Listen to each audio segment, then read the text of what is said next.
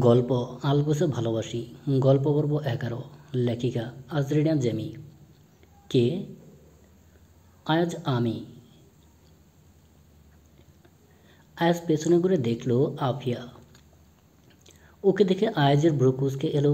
ও তাড়াতাড়ি করে ফাইল আর ল্যাপটপ বন্ধ করলো। আফিয়া আস্তে আস্তে এগিয়ে এলো। আয়াজ বলল, এত রাতে তুই এখানে? ঘুমাসনি? আফিয়া আয়াজের পাশে টেবিলের উপর হাত রেখে বলল, না, আসলে ঘুম আসছিল না, তাই ভাবলাম একটু বই পড়া যাক। তাই স্টাডি রুমে এলাম আর দেখলাম তুমি এখানে। ও, তাহলে বই নিয়ে যা। তোমার ডিস্টার্ব হলো বুঝি? বুঝতেই যখন পারছিস তাহলে হ্যাংলার মতো দাঁড়িয়ে আছিস কেন? তুমি সবসময় এমনভাবে কথা বলো কেন? আমি কি খুব খারাপ? এখানে ভালো খারাপের কথা হলো কখন? আর তুই দূরে সরে দাঁড়া। আয়াজের কথা শুনে আপিয়া মুচকি হেসে দূরে গিয়ে বসে পড়ল। তা দেখে আয়াজ বলল, আবার বসলি কেন? সেদিনের জন্য সরি আয়াজ। আয়াজ ব্রুকুসকে বলল, কোন দিনের জন্য? আসলে ভাইয়া সেদিন তোমার আর আমার বিয়ের কথা হলো না, আমি একটু এক্সাইটেড হয়ে পড়েছিলাম, কিন্তু আমি ভুলেই গিয়েছিলাম তুমি আমায় ভালোবাসো না। সেদিনের ওরকম আচরণের জন্য সরি। আমি জানি তুমি কখনোই আমার না, তুমি শুধু আহির। হুম, আমার শুধু আহিল। আয়াজ এখানে থাকার প্রয়োজন দেখছে না, তাই উঠে দাঁড়ালো যাওয়ার জন্য। তখনই আফিয়া উঠে বলল, আয়াজ ভাইয়া যাচ্ছ কেন? দাঁড়াও, তোমার সাথে কথা আছে। আমি মনে করি তোমার এটা জানা উচিত। ভাইয়া বলছি তো এখন। আজ আফিয়ার দিকে তাকালো। আজ বলল, কী কথা? তখন আফিয়া বলল, তুমি জানতে চাও না আমি তোমায় ভাইয়া কেন বলি, আর তোমার সাথে এরকম ব্যবহার কেন করি? কেন? কারণ আমি তোমায় ভালোবাসি। আজ থেকে নয়, ছোটোবেলা থেকে। তুমি আমার থেকে আহির সাথে বেশি খেলতে, যার জন্য আমি আহিকে দেখতে পারতাম না, কিন্তু এইসব কিছুই আমি তোমায় ভালোবেসে বলে করেছি। আমি জানি তুমি আহিকে ভালোবাসো, আর এও জানি তুমি আমায় কখনোই হবে না। যাই হোক, আমি সব কিছু ভুলে যেতে চাই, আর একটা সুন্দর সম্পর্ক গড়তে চাই। আমাকে মাফ করে দাও ভাইয়া। যা করেছি সেটা আমার করা উচিত হয়নি।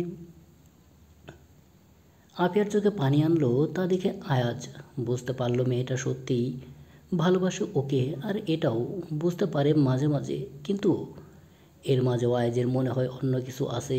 ও কিছু বলল না, চলে যেতে নিল। তখন আপিয়া এগিয়ে এসে বলল, আমরা তো কাকাতো, সাথে খালাতো ভাই বোন। জীবনসঙ্গী না হলাম, অ্যাটলিস্ট ভালো ভাই বোন তো হতে পারি। আমি তোকে ছোটো থেকে বোনই ভেবে এসেছি, কিন্তু আমি তো অন্য কিছু ভাবতাম। যাই হোক, এখন আমরা আমাদের সম্পর্কটা একটু সহজ করে নিই। এখন বলো, বোনের একটা আবদার রাখবে কি? তুমি নিশ্চয়ই এখন আরও কিছুক্ষণ কাজ করবে। হুম, তাহলে আজ যেহেতু আমরা নিজেদের সম্পর্কটাকে সহজ করলাম, এই খুশিতে দুজনে কফি খাওয়া যাক। আজ ঘড়ি দেখলো বেশ রাত হয়েছে, আর ওর কাজটাও কমপ্লিট হয়নি, তাই ভাবলো খাওয়াই যায়। তবু কী ভেবে বলল, না থাক, তোর কষ্ট করতে হবে না। তার মানে তুমি আমাদের সম্পর্কটাকে সহজ হতে নিতে পারছো না? এরকম ব্যাপার না, অনেক রাত হয়েছে, এখন এখানে থাকা ঠিক হবে না। আমি নিজের রুমে যাচ্ছি। তুমি সত্যি মেনে নাওনি, আর বুঝতে পেরেছি আমাকে ক্ষমাও করনি। তোকে ক্ষমা করে দিয়েছি। তুমি যদি আমার সাথে আমার বানানো কফি খাও তাহলে বুঝবো তুমি আমাকে মাফ করেছো। আফিয়া, প্লিজ আয়েজ ভাইয়া, 5 মিনিটের তো ব্যাপার। এবার আর আয়েজ না করতে পারলো না। ও আবার টেবিলে গিয়ে বসলো। আফিয়া খুশি মনে কফি বানাতে গেল। আর কিছুক্ষণ পর কফি নিয়ে ফেরত এলো। প্রথমে আয়েজকে দিল, আর নিজেরটা নিয়ে দূরের চেয়ারে বসলো, যাতে আয়েজ ভাবে ও সত্যি সব মেনে নিয়েছে। আজ কফিতে চুমুক দিচ্ছে, তা দেখে আপিয়া বাঁকা হেসে মনে মনে বলল, খাও আয়াস, ভালো করে কফি খাও। সেদিন কি করেছিলে? আমাকে থাপ্পড় মেরেছিলে তোমাকে স্পর্শ করার জন্য। আমি সেদিনই কথা দিয়েছিলাম তুমি আমাকে স্পর্শ করার জন্য মরিয়া হয়ে উঠবে। খাও, কফিটা শেষ করো। 20 মিনিট পরে তুমি কন্ট্রোললেস হয়ে পড়বে, আর সেই সময় আমি যাব তোমার কাছে। আমার কিছু করতে হবে না, তুমি আমাকে নিজের কাছে টেনে নেবে, আর কাল সকালেই সবাই সব জানবে। কি বলেছিলে তোমার উপর অধিকার শুধু আহির, কিন্তু কাল যে আহি তার অধিকার হারাবে, কারণ কাল আমার তুমি বিয়ে করবে, আর সেই ব্যবস্থা বাবা আর আমি করে ফেলেছি। আপিয়া আয়েজের দিকে তাকিয়ে এগুলি ভাবছিল। তখন আয়েজ বলল, কিরে, ধ্যান বসলি নাকি? না কিছু না, আমি খাচ্ছি তো, তুমি খাও। আয়েজের কফি খাওয়া শেষ হলেও ও মগটা রেখে দিল। তখন আপিয়া তাড়াতাড়ি উঠে বলল, তাহলে আয়েজ ভাইয়া আমি আসি, আমি এখন ঘুমাবো, তুমি তোমার কাজ শেষ করো। বলে আপিয়া মগ নিয়ে চলে গেল। আপিয়া ঘরে গিয়ে রেডি হতে লাগলো। আপিয়া আর নিজেও একটা ড্রাগস জাতীয় ঔষধ খেয়ে নিল, যাতে আয়াজকে আরও ঘায়েল করতে পারে। 15 মিনিট পর আপিয়া ওকে দিল নিজের রুম থেকে। নিচে সব কিছু আবসা অন্ধকার, স্পষ্টভাবে কিছু বোঝা যাচ্ছে না। আবসা সব। তখনই আপিয়া স্টাডি রুম থেকে দেখল কেউ তাড়াতাড়ি বের হলো। অন্ধকার মুখ স্পষ্টভাবে দেখতে পেল না আপিয়া, তবে ও বুঝতে পারলো হয়তো এটাই আয়াজ। সে সিঁড়ি বেয়ে উঠছে আর নিজের শার্ট খুলছে, তা দেখে আপিয়া খুশি হয়ে গেল। ওষুধ কাজে দিয়েছে তাহলে। আপিয়া নিজেও সিঁড়ির দিকে এগিয়ে গেল, শার্টের সাথে সে তার গেঞ্জিও খুলে ফেলল। আপিয়া তা দেখে আরও খুশি হয়ে গেল। ও সোজা গিয়ে ওকে জড়িয়ে ধরল আর বলল, আমি আহিসো না, তোমার থেকে দূরে থাকা সম্ভব নয়, তাই চলে এলাম। এখন তুমি আমাকে নিজের করে নাও, আমি তো তোমারই। বলে ওকে আঁকড়ে ধরল। সেও তাল মেলাতে লাগলো, আর আপিয়াকে করে তুলে নিল আর এগিয়ে চলল আপিয়ার রুমের দিকে। আপিয়ার ধ্যান ওর কাছে নেই, তাই বুঝতে পারলো না ওকে ওর রুমেই নিয়ে যাচ্ছে। আপিয়ার রুম অন্ধকার। তারা সোজা বিছানায় গেল আর আপিয়াকে শুয়ে দিল, সাথে নিজের কার্যক্রম জারি রাখলো। একটু গভীরভাবে তখনই এক প্রকার গ্যাস রুমের মধ্যে প্রবেশ করলো, আর দুজনেই সাথে সাথেই অজ্ঞান হয়ে পড়ল। ভাইয়া কাজটা কমপ্লিট, আরব হেসে বলল। আজ পর্যন্ত আরাব আইজান চৌধুরী কোনো কাজই ইনকমপ্লিট করছে নাকি? মাশাল্লাহ, গ্রেট। এখন বাড়ি যাও, কাল সকাল নিউজ দেখতে ভুলো না। তা এখন কি কি আবার? এখন তুই আর আয়াজ এক রুমে, তো কি হয়েছে? তুমি আসবে, আসো দেখে যাও লাইভ টেলিকাস্ট। আস্তাক ফিরুল্লাহ, নাউজুবিল্লাহ, মেয়ে কি বলে? তুমি ফোন রাখবে? তা আর বলতে, মান সম্মান আর রাখবি না তুই, নির্লজ্জ বেহায়া। বলে আরাব ফোন রেখে দিল। আয়াজ ব্যালকনি থেকে আয়াজের রুমে আসতেই আয়াজ ওকে জড়িয়ে ধরল আর ফিসফিস করে বলল, আই এম সরি আহি, আই এম সরি, আমার পক্ষে আর সম্ভব নয়। বলেই আয়াতকে আঁকড়ে ধরল আর কোলে তুলে বিছানায় নিয়ে গেল। আয়াজ আয়াতকে ভালোবাসছে আর একটু পরপর বলছে, আই এম সরি আহি। আয়াত সুযোগ পেতে বলল, it's okay Ayaz, you are my husband. আর কিছুক্ষণের মাঝেই আয়াজ ঘুমিয়ে পড়ল, কারণ আহি তার ঘাড়ে অগোচরে একটা ইঞ্জেকশন দিয়ে দিয়েছে। আয়াজ জানে আয়াজ যদি আরও গভীর যায়, পরে আয়াজ নিজেই নিজেকে মুখ দেখাতে পারবে না, আর ও চায় না আজ অপরাধীদের মতো ওর কাছে মাথা নিচু করে থাকুক। তাছাড়া এখানে যা হয়েছে তাতে ওর কোনো দায় নেই, যদিও একেবারে দায় নেই সেটা বলা চলে না। ওর আপিয়ার কথায় গলে যাওয়া উচিত হয়নি। আয়াত আরেকটা ইঞ্জেকশন পুশ করে আয়াজের শরীরে, যা আজকে কালকে রাতের ঘটনা বলিয়ে দেবে। ও চায় আয়াজের ভালোবাসা আয়াজের কাছে সবসময় ভালো অভিজ্ঞতা দিক। ও আস্তে করে বেরিয়ে গেল আয়াজের রুম থেকে। তারপর আপিয়ার রুমে গেল। ওখানে বিছানায় দুজনকে এলোমেলোভাবে শুয়ে থাকতে দেখে বাঁকা হাসলো। দুজনের একজনেরও হুঁশ নেই। ও বিছানায় গিয়ে আপিয়ার কাছে দাঁড়ালো, তারপর এক লাথি মেরে আপিয়াকে আরেকজনের উপর থেকে সরিয়ে দিল, যাতে করে আপিয়া বিছানার এক কর্নারে চলে গেল। ও ওখানে আপিয়ার কাছে গিয়ে ওর গাল চেপে ধরে বলল, তোর সাহস দিনকে দিন বেড়েই যাচ্ছে রে। প্রথমে ভেবেছিলাম তোকে ছেড়ে দিই, কিন্তু তুই তো আমার আয়েজের দিকে হাত বাড়িয়েছিস, যা আমার মোটেও সহ্য হয়নি। তোর খুব শখ না নিজের সতীত্ব অন্যের স্বামীর কাছে বিলিয়ে দেওয়ার? এই তোদের মতো মেয়েদের জন্য মা যদি আজ লজ্জিত। তোদের মতো মেয়েদের জন্যই গোটা নারী জাতির বদনাম হয়। আজ তুই আয়াজকে কন্ট্রোললেস বানিয়ে তোর মনোকামনা পূরণ করতে চাইছিলি, তাই না? এখন কাল দেখ তুই দেখবি অপছন্দের মানুষের কাছে সতীত্ব হারানোর যন্ত্রণা কতটুকু। কাল তুই বুঝবি একজন ধর্ষিতাকে কতটা যন্ত্রণা ভোগ করতে হয়। তুই নিজের তোর সতীত্ব বিলিয়ে দিতে চাইছিলি, অথচ আমার তোর সাথে এটা করতেও নারী সত্ত্বে বাধা দিচ্ছে। তোকে যদি তার সাথে ছেড়ে দিতাম, তোর সব সতীত্ব এখানেই শেষ হয়ে যেত। কিন্তু আমি তো তোর মতো ব্যভিচারী নই। আমার তোর সাথে এটাও করতে বিবেকে বাধা দিল। সমস্যা নেই বোন, আমার সেটা তো শুধু আমি জানবো, তোদের ভেতর সেরকম কিছু হয়নি। তবে গোটা দুনিয়া জানবে তোর সাথে সব হয়ে গেছে। আমার আয়াজকে ফাঁসিয়ে বিয়ে করতে চাইছিল না? বিয়ে তো তোর হবে, তবে সেটা আয়াজের সাথে নয়, একজন ধর্ষক জারিফ খানের সাথে। তোদের একদম পারফেক্ট জুটি। যেমন চরিত্রহীন লম্পট জামাই, তার তেমন চরিত্রহীনা বউ। বলে আয়াত গাল ছেড়ে দিল। তারপর ক্লিপ এনে আপিয়ার ঠোঁট গলার ঘাড়ে ক্লিপের লাভ বাইট দিয়ে দিল। চুলগুলো আরও এলোমেলো করে দিল, সেই সাথে জামা কাপড়ও। ব্যাস, মিশন আপিয়া সাকসেসফুল। ও আবার বিছানায় উঠে দাঁড়ালো, আপিয়ার চুলের মুঠো ধরে দাঁড় করালো। ইচ্ছে তো করছে ওকে গলা টিপে মেরে ফেলতে, কিন্তু আজ মারার ইচ্ছেটাকে দমন করলো। ও আপিয়াকে সোজা দাঁড় করিয়ে জারিফের ওপর ফেলে দিল। জাপিয়া আপিয়া নিচে পড়ে যেতে গেলে আর একটা লাথি মেরে সোজা করলো। এরপর সুন্দর মতো জারিফের হাত আপিয়ার উপর দিয়ে দিল। এরপর ভালো করে একটা কাঁথা দিয়ে দিল। এরপর হাসি মুখে দরজা টেনে দিয়ে গেল। ও আবার আয়েজের রুমে গেল, কারণ ও ব্যালকনিতে মই রাখা। আজ বাচ্চাদের মতো ঘুমিয়ে আছে। আয়াত মুচকি হেসে আয়েজের কপালে চুমু দিল আর বলল, তোমার আহি বেঁচে থাকতে তোমাকে আমার থেকে কেউ কেড়ে নিতে পারবে না আয়াজ। তোমার ওপর কেবল আমার অধিকার, শুধু আমার। আর তোমার ভালোবাসা পাওয়ারও শুধু আমার অধিকার, আর কারো না।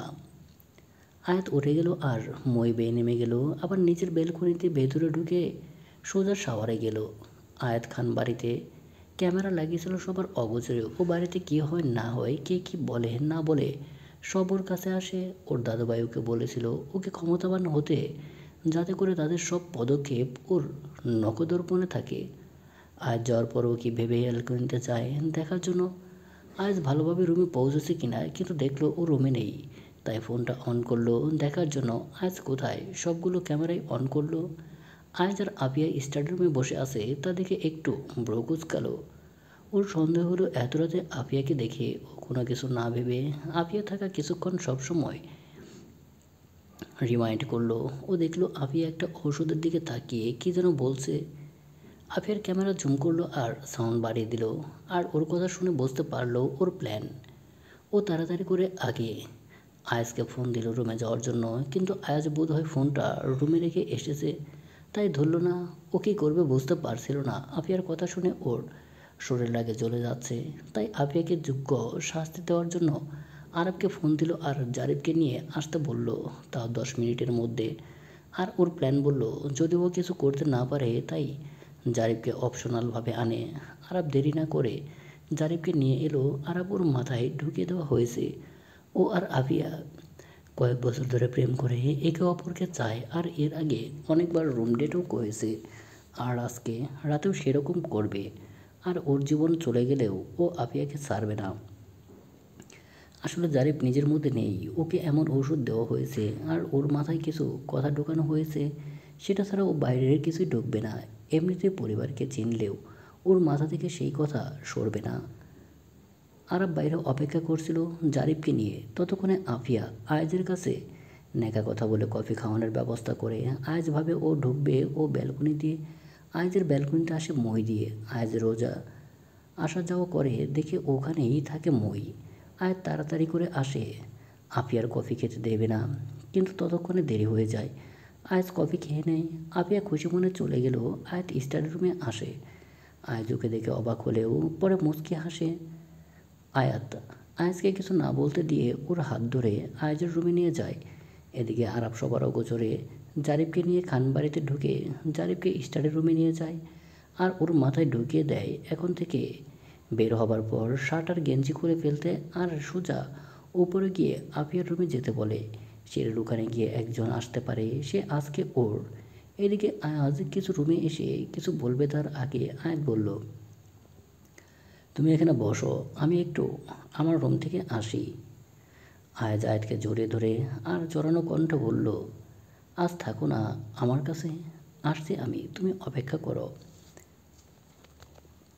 এই, তুমি আমায় তুমি করে বললে? এখন ছাড়াও, আমি আসছি, জাস্ট 2 মিনিট। সত্যি আসবে তো? 3 সত্যি। আমি তোমার অপেক্ষায় থাকবো।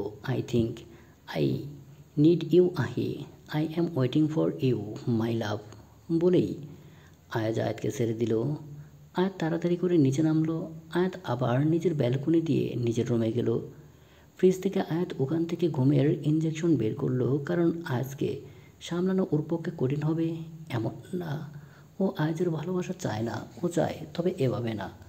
ও আবার ঔষধ নিয়ে আয়াজের ব্যালকনিতে যায়। ওকে মেরে দেখলো আয়াজ শার্ট খুলে ফেলেছে। কেমন যেন হাঁসফাঁস করছে। ও বুঝতে পারলো ঔষধ তার কাজ শুরু করেছে। ভেতরে ঢোকার আগে ও আরাবকে ফোন দিয়ে সব খবর নিল। ততক্ষণে আফিয়া জারিফকে নিয়ে ঢুকে পড়েছে আর আরব গ্যাস দিয়ে অজ্ঞান করে ফেলেছে। কি ব্যাপার, আজ সকাল সকাল এত তোড়জোড় বাড়িতে? আলিয়া চৌধুরীর কথায় তখন আলিজা খান সকালে চা নামিয়ে হেসে বলল, কাল জাওয়াতকে একজন নামী রিপোর্টার ফোন দিয়েছিল, আজ সকালে তার ইন্টারভিউ নিতে আসবে। ওর মতো সফল বিজনেসম্যান এর ইন্টারভিউয়ের মাধ্যমে নাকি দেশের নতুন ছোটো বিজনেসম্যানরা মোটিভেটেড হবে। তাছাড়া আমাদের বিজনেসেরও নাম হবে। সেই জন্য বোধ হয় সে সকাল সকালে তো রিল্যাক্স ভাব নিয়ে সবাই বসে আছে। তা তারা আসবে কখন? তারা তো 9টার দিকে আসতে চেয়েছিল, কিন্তু জাওয়াত বলেছে আমাদের বাড়িতেই ব্রেকফাস্ট করতে, তাই সকালে সকালেই চলে আসবে। ও আচ্ছা, আমি কোনো সাহায্য করব? এদিকে আয়, মাংসটা করে দে। অতঃপর 8টার দিকে দুজন রিপোর্টার আর দুজন ক্যামেরাম্যান এলো। তা দেখে জাওয়াত খান একটু অবাক হলো। তিনি তো একজনকে হায়ার করেছিল, আর মেয়ের জন্য আবার আরেকজন কোথা থেকে এলো? আসলে জাওয়াত খান আফিয়ার প্ল্যানের ব্যাপারে জানতো। আয়েজ আর আফিয়ার সবাইকে জানিয়ে দেওয়ার প্ল্যান। জাওয়াত খান তাই রিপোর্টার এনেছে যাতে আয়েজ আর আফিয়ার বিয়েটা হয়ে যায়। আর সারা দুনিয়া জানে এটা আয়াতকে আয়েজের থেকে দূরে রাখার একটা ফন্দি। এদিকে তারা তো আর জানে না কার সাথে লেগেছে। তাদের প্ল্যান তাদের উপরে ভারী পড়বে। জাওয়াত খান কাল আহনাব চৌধুরীকেও ফোন করে আসতে বলেছে, তার ইন্টারভিউ হবে, সে যেন থাকে। আর পুরো চৌধুরী পরিবারও। আয়াত রিপোর্টার আসার পরপরই হাসি মুখে সবাইকে নিয়ে খানবাড়িতে ঢুকলো। জাওয়াত খান সকলকে ব্রেকফাস্ট করতে বলল। তারা বলল সবাই খেয়েছে, শুধু আয়াত বাদে। কথাটা শুনে আলিয়া চৌধুরী ওকে খাবার দিল। আয়াত না খেয়ে বলল, ফবি, আয়াজ আফিয়া ওরা কোথায়? জাহিদ ভাইয়া, ইশরাত, জুনি সবাই তো এখানে, ওরা দুজন কোথায়? তখন জাওয়াত খান বলল, আয়াজের তো কাজ ছিল, বোধহয় অনেক রাত পর্যন্ত কাজ করছে। আফিয়াও বোধহয় ঘুমোচ্ছে, ওর তো দেরি করে ঘুমানোর অভ্যাস। ও আচ্ছা, আমি তাহলে আয়াজকে ডেকে নিয়ে আসি, একসাথে খাই। তখন আলিয়া চৌধুরী বললেন, তোর যেতে হবে না, আমি যাচ্ছি। নাহলে ইশরাতকে পাঠাচ্ছি। ইশরাত খাচ্ছে তো, ওকে কেন পাঠাবে? আমি যাচ্ছি, তোমাদের বাড়িতে মেহমান এসেছে, দেখো কী লাগে না লাগে। বলেই আয়াত উঠে দাঁড়ালো। তখন জাওয়াত খান বলল, তাহলে আফিয়াকেও ডেকে নিয়ে এসো আহি। ঠিক আছে শ্রদ্ধেয় বড় ফুপা। বলেই আয়াত হাসি মুখে এগিয়ে গেল। তাদেরকে জাওয়াত খান বাঁকা হাসি ফুটিয়ে মনে মনে বলল, যাও আহি যাও, নিজের চোখে নিজের জামাইয়ের বাহুডোরে আমার মেয়েকে দেখে এসো। উফ, কী যে খুশি লাগছে আমার, আমি ভাবতেও পারিনি তুমি যাবে। তখন অহনা বলল, দাঁড়া ভাই আপু, আমিও যাব। আমি বরং আফি আপুকে ডাকবো, আর তুমি আয়েজ ভাইকে। আয়াত দাঁড়ালো, মুচকি হেসে আসতে বলল। অহনার সাথে শাহানাও এলো। আয়াত আয়াজের রুমের দিকে গেল আর অহনা আর শাহানা আফিয়ার রুমের দিকে গেল। আয়াত শীষ বাজাচ্ছে আর এগিয়ে যাচ্ছে। জাওয়াত খান আয়াতের যাওয়ার দিকে তাকিয়ে আছে। আয়াত কাউন্টার করতে লাগলো, 1 2 3, বুম। আ আ তখনই অহনা আর শাহানার চিৎকার ভেসে আসলো। আয়াত হেসে কানে হাত দিল। এদিকে ওদের চিৎকার শুনে নিজের সবার অন্তরাত্মা কেঁপে উঠল। তখনই আয়াজ বের হলো নিজের রুম থেকে। গোসল শেষ করে ফর্মাল শার্ট প্যান্ট পরে বেরিয়েছে। বোঝা যাচ্ছে অফিসে যাবে বলে রেডি হয়েছে।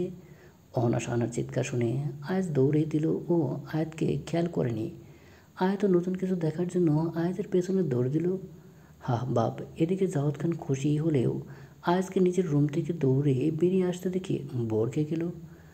আর আওয়াজটা আফিয়ার রুম থেকে এসেছে, তার মানে ওখানে অন্য কিছু আছে। তিনি সব বাদ দিয়ে মেয়ের রুমের দিকে দৌড়, সেই সাথে খান আর চৌধুরী বাড়ির সকলে, এমনকি রিপোর্টাররাও। জাওয়াত খান মেয়ের রুমে যেতেই থমকে গেলেন। তার মেয়ে জারিফের উন্মুক্ত বুকে মাথা রেখে জড়িয়ে ধরিয়ে নিশ্চিন্তে ঘুমোচ্ছে। গায়ের কাঁথা পর্যন্ত, বুক পর্যন্ত বোঝাই যাচ্ছে। জাওয়াত খান অস্ফুট স্বরে বলল, আফিয়া। তখনই আফিয়া চোখ পিটপিট করে চোখ খুলল। জারিফ চোখ খুলে আওয়াজ করলো, good morning Afia baby. Afia সবাইকে দেখে বুঝতে পারলো ওর কাজ কমপ্লিট, কিন্তু নিজের বাবাকে ওভাবে তাকিয়ে থাকতে দেখে, পাশে তাকাতেই জারিফকে দেখে বোধহয় ওর মাথায় আকাশ ভেঙে পড়ল। ও তাড়াতাড়ি করে সরে এলো। নিজের দিকে তাকিয়ে ও কাঁথাটা নিয়ে নিজেকে ঢাকলো। কান্না পাচ্ছে, কি করতে চেয়েছিল আর কি হলো। এদিকে জাহিদের মাথায় আগুন জ্বলে উঠল। ও জারিফকে গিয়ে উঠে একটা ঘুষি মারবে, তখন জাওয়াত খান থামালেন আর বলল, এখানে রিপোর্টাররা আছে। জাহিদ থেমে গেল। বাকিরা কে কী বলবে সবাই হতভম্ব হয়ে গেছে। শুধু একজনের মুখে হাসি। আয়াত বলল, জারিফ ভাইয়া কবে ফিরল? আর ফিরল তো সে আফিয়ার রুমে কি করে? আফিয়া তো বিবাহিত না। তখন একজন রিপোর্টার বলল, তার মানে আর স্বামী স্ত্রী নয়, তবু এক রুমে এইভাবে? সি। জাওয়াত খানকে যেখানে বিজনেসের আদর্শ বলা হয়, তার মেয়ে আর ভাগ্নে কিনা বিয়ে না করে এইসব? সি। এই ভালো করে ছবি তোলো আর লিখতেও হবে। জাওয়াত খান একজন আদর্শ বিজনেসম্যান হলেও তার বাড়িতে এইসব নোংরামও চলে তার মেয়ে আর ভাগ্নের মাঝে। তখন জাওয়াত খান 1 মিনিটের জন্য ভুলে গেলেন তিনি নিজেই হায়ার করেছে। উনি শক্ত কণ্ঠে বলল, ওরা স্বামী স্ত্রী। আই কিছুদিন আগে ফিরেছে, তাই ও জানে না। তখন আয়াত কোমর হাত দিয়ে বলল, বললেই হলো। আচ্ছা আমি না হয় জানি না, তাই বলে কেউ আমাকে বলবে না? প্রমাণ দেখান ওরা স্বামী স্ত্রী। তখন জাহিদ বলল, আহি চুপ যা। আমি কেন চুপ যাব? প্রমাণ দেখাও তোমরা। কয়েকদিন আগেও তো তোমরা আয়াতের সাথে আফিয়ার বিয়ের কথা বলছিলে। কই, তখন তো কেউ বলল না আফিয়া বিবাহিত। তখন জাওয়াত খান বলল, তোমার প্রমাণ চাই তো? তাহলে আমি দেবো প্রমাণ। ওদের আবার বিয়ে করিয়ে। জাহিদ, কাজে টাকার ব্যবস্থা করো, আজকে আবার ওদের বিয়ে হবে। আলিজা মেয়েকে গোসল করিয়ে রেডি করিয়ে দাও। আর আয়াজ, যাও জারিফকে নিয়ে যাও। তখন জারিফ বলল, না আমি আফিয়াকে ছেড়ে কোথাও যাব না। ওকে আমি ভালোবাসি। আমি আর আফিয়া একসাথে গোসল করব। কথাটা শুনে আয়াত রুম থেকে বেরিয়ে ফিক করে হেসে উঠল। আর জাওয়াত খানের মনে হচ্ছে জারিফকে খুন করতে। জাওয়াত খান জাহিদকে ইশারা করল। জাহিদ জারিফের মুখ চেপে ধরে বলল, আহা জারিফ, তোমার সাথে তো আফিয়ার আবার বিয়ে হচ্ছে। বিয়ের পর তো তোরা যা ইচ্ছা তাই করিস। এখন চল আমার ভাই। বলে ওকে নিয়ে গেল। জাওয়াত খান সবাইকে বেরিয়ে যেতে বললেন। সবাই যেতে আফিয়া হাউ মাউ করে কেঁদে উঠল। তা দেখে আয়াত মুচকি হাসল। যেমন কর্ম তার তেমন ফল। জাওয়াত খান সব বলে রিপোর্টারদের বোঝাচ্ছে তার মেয়ে আর জারিফের প্রেম ছিল, তাই সবার অগোচরে তাদের বিয়ে দিয়েছিল। রিপোর্টার কি আর সারে? তারা মানবেই না। জাওয়াত খান ভয়ও দেখালো, তাতেও দমল না। ততক্ষণে খবর পাওয়া গেল কেউ জারিফ আর আফিয়ার রাতে অবিবাহিত হওয়া সত্ত্বেও এক ঘরে রাত কাটানোর ব্যাপারে ব্রেকিং নিউজ হয়ে গিয়েছে। তখন আরও রিপোর্টাররা ভেতরে ঢুকলো। জাওয়াত খান পড়ে গেল বিপাকে। উনি বুঝতেই পারছেন না কী থেকে কী হচ্ছে। রিপোর্টারও তো তার সাথেই, তবু খবর বাইরে গেল কীভাবে? সবাই এসে সিসি করতে লাগলো। এমনকি এমনিতেও তো রিপোর্টারদের সামনে বলেছিল বিয়ে দেবে, আর এখন পুরো দেশ জানে বিয়ে দিতেই হবে।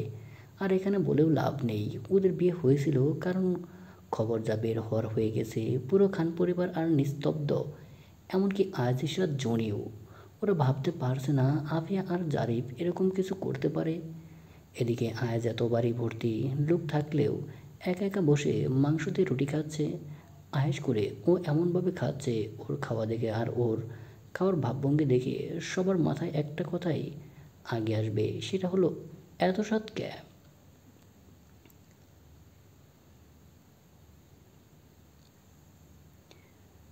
হুট করে চোখের সামনে পানির গ্লাস দেখে আয়াত ব্রুকুসকে ফেললো। তা দেখে আলিয়া চৌধুরী হেসে বললেন, ওভাবে তাকিয়ে না থেকে একটু পানি খা।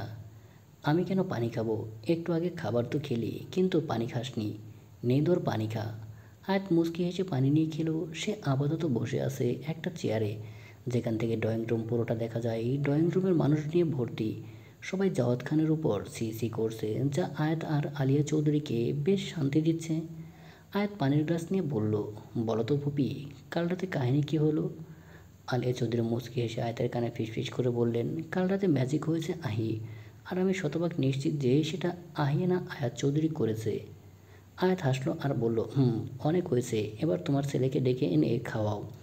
বেচারা আবার খালাতো বোনের বিয়ের দুঃখে আবার না খেয়ে উল্টে না পড়ে যায়। একদম আমার ছেলেকে নিয়ে মজা করবি না? আচ্ছা, না করলাম, যাও। আর হ্যাঁ, পারলে তুমিও খেয়ে নাও। অন্যের দুঃখে না খেয়ে দুঃখ বিলাস করার কোনো মানেই হয় না। তিনি চলে গেলেন। তার আগে আয়াত দেখেছে জাওয়াত খান আফিয়ার রুম থেকে বের হয়েছে। তিনি কিছুটা রেগেই আছে। আয়াত শব্দ পেয়েছে আফিয়ার কান্না আর জাওয়াত খানের রাগ। জাওয়াত খান রেগে নিচে এলো, কারণ সবাইকে তারই সামলাতে হচ্ছে। আয়াতের ইচ্ছে হলো আফিয়াকে দেখার, তাই ও আফিয়ার রুমে গেল। আর তখন দেখা মিলল আফিয়া বউ সাজছে। আহা, দেখতে খুবই সুন্দর লাগতাছে। অহনার জুনি এখানে ওকে সাজাচ্ছে। আয়াতকে বলল সে সাজাবে ওদের। নিচে যেতে বলল, ওরা চলে গেল। মেয়েটা কাঁদছে তা দেখে আয়াতের ভীষণ মায়া হলো, তাই উঠে আফিয়াকে জড়িয়ে ধরল। তারপর ছেড়ে বলল, হ্যাপি ম্যারিড লাইফ আফিয়া। আমি তো জানতামই না তুমি আর জারিফ একে অপরকে ভালোবাসো।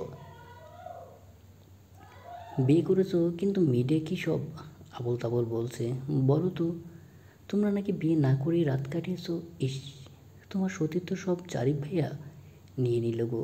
যাই হোক, এখন তো তোমাদের বিয়ে হচ্ছে, এখন আর কেউ কিছু বলবে না? সব শুনে আফিয়া আরও কেঁদে উঠল। ও আবেগী হয়ে পড়তেছে। আজও কেঁদে কেঁদে বলল, বিশ্বাস কর আহি, আমি জারিফকে ভালোবাসি না।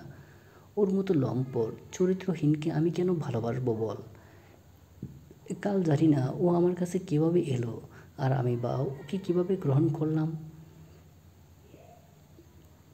অন্ধকারে আমি বুঝতে পারিনি ওটা জারিফ ছিল।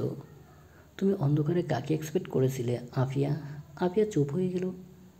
তখন আয়াত বলল, একজন মেয়ে হয়েও অবিবাহিত থাকা অবস্থায় নিজের সতীত্ব বিলাতে প্রস্তুত তুমি, অথচ পৃথিবীতে কত নারী আছে যারা সতীত্ব হারানোর থেকে মৃত্যুকে বেশি শ্রেয় মনে করে। কথাটা শুনে আফিয়া একদম থমকে গেল। তখন আয়াত মুচকি হেসে বলল, কোরআনের সূরা আন-নূর এর ২৬ নং আয়াতে বলা হয়েছে,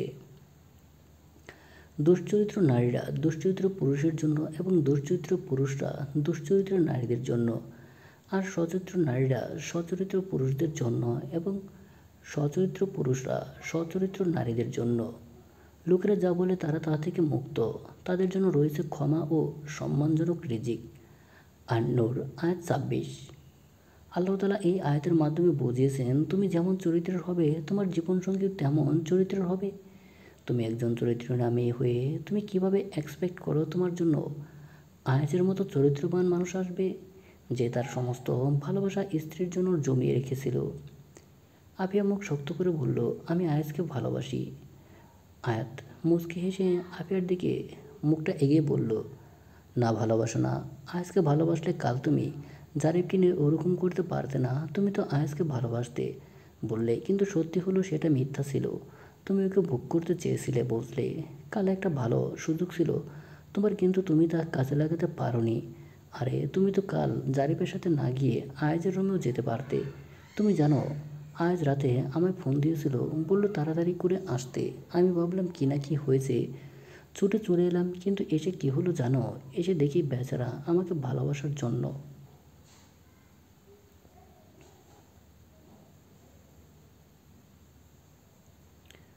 সব রেডি করে বসে। আসলে কি বলো তো, বেচারার নাকি কন্ট্রোল হচ্ছিল না আমাকে ভালোবাসার। আমি তার বউ, আর বউ রেখে কি অন্যকে ভালোবাসবে নাকি? আমি আসতেই আমাকে ভালোবাসতে শুরু করলো, আর আমি লজ্জায় কিছু বলতেও পারলাম না। আমায় কোলে তুলে নিল, তারপর বিছানায় গিয়ে কি ভালোবাসাইটা না দিল আফিয়া। ইস, আমি তো চাই আজ আমাকে বারবার এভাবেই ভালোবাসুক। ওর ভালোবাসায় যেন সুখে মরে যাচ্ছিলাম জাস্ট। তবে একটা প্রশ্ন, আজকাল আমায় এত ভালোবাসলো কেন? আর এত বছর পর কন্ট্রোল হলো, কাল কন্ট্রোল হলো না কেন? আপিয়া আয়াতের দিকে বড় বড় করে তাকিয়ে আছে। আয়াত আপিয়ার চেহারা দেখে ভীষণ হাসি পেল। ওদের কাটা গায়ে নুনের ছিটা দিল, তা একদম ভালোভাবে লেগেছে। আয়াত বলল, সে যাই হোক, কাল আয়াজ আমায় ভালোবেসেছে তো। আমি কতদিন অপেক্ষায় ছিল ওর ভালোবাসা পাওয়ার। আচ্ছা এসব ছাড়ো, এখন চলো রেডি করিয়ে দিই। আজ তোমার বিয়ে, যার হাতে কিনা তুমি ধর্ষিতা হয়েছ, এটা আমি না পুরো দুনিয়া বলছে। আর তোমার ধর্ষিতার ট্যাগ কাটা দিত জাওয়াত খান, জারিবের সাথে তোমার বিয়েটা দিচ্ছে। কথাটা শুনে যেন আপিয়া একদম শান্ত হয়ে গেল। এতক্ষণ হম্বিতম্বি করলেও এখন যেন একদম শান্ত হয়ে গেল। আয়াত বুঝতে পারলো আপিয়া এখন কীরকম লাগছে। ও একজন ধর্ষিতা, এটাই ওর কানে বাজছে। এখনও বুঝতে পারছে একটা মেয়ের কাছে তার সতীত্ব কী। ও যেন রিয়েক্ট করা ভুলে গেল। আয়াত কিছু বলবে তখন অহনারা এলো আপিয়াকে নিতে। আপিয়া যন্ত্র মানবের মতো হেঁটে গেল। আয়াতও গেল। আপিয়া সিঁড়ি দিয়ে নামার সময় সবার দিকে তাকালো। সবাই কেমন যেন ভাবে ওর দিকে তাকিয়ে আছে। সবার বাঁকা চাহনি আপিয়া নিতে পারল না। ও মাথা নিচু করে কাঁদতে লাগলো। তখন জারি পেল সে তো সেই খুশি বিয়ে করবে বলে। অতঃপর প্রেস মিডিয়াকে সাক্ষী রেখে বিয়েটা হয়ে গেল। জাওয়াত খান শুধুমাত্র দেখে গেলেন, উনি প্রতিজ্ঞা করলেন এই জারিফকে উনি ছাড়বেন না। বিয়েটা হওয়া মাত্রই আপিয়া উঠে নিজের রুমে চলে গেল। ফোনটা অন করতেই ওকে ট্যাগ দিয়ে অশ্লীল কথাবার্তা লেখা কতগুলো পোস্ট দেখতে পেল। নেট দুনিয়ায় সরাসরি ওকে আর জারিফকে নিয়ে। ওর মনে হচ্ছে মরে যেতে। এদিকে ওদের বিয়েটা হয়ে যাওয়ায় পরপরই বাইরের সবাই চলে যায়। খান পরিবার আর চৌধুরী পরিবারের সবাই নিস্তব্ধ। জাওয়াত খান মাথা নিচু করে দাঁড়িয়ে আছে এক কর্নারে। তাদেরকে আয়াত তার পাশে গিয়ে দাঁড়িয়ে বলল, কেমন লাগছে জাওয়াত খান? মেয়ের বিয়ে তো হয়ে গেল, তাও আবার বাড়ির ছেলের সাথেই। খুশি তো হওয়ারই কথা, তাই না? জাওয়াত খান আয়াতের দিকে রাগী চোখে তাকালো। না, আজ আয়াতের চোখে ভয় নেই, ওর মুখে হাসি দেখা যাচ্ছে। আয়াত মুচকি হেসে বলল, এটা মানতেই হবে যে আপিয়া আপনার মেয়ে। যেমন বাপ তার তেমন মেয়ে। এজন্যই বলে গাছ যেমন হবে তার ফলও তেমন হবে। তবে আজ আপনার মাথা নিচু দেখে ভালো লাগলো, খুব শান্তি লাগছে, বিশ্বাস করুন। জাওয়াত খান রেগে চিবিয়ে চিবিয়ে বলল, অতিবার বেরো না, ঝরে পড়ে যাবে। এখানে বাড়ার কি দেখলেন? আমি তো শুধু কিছু সত্যি কথাই বললাম।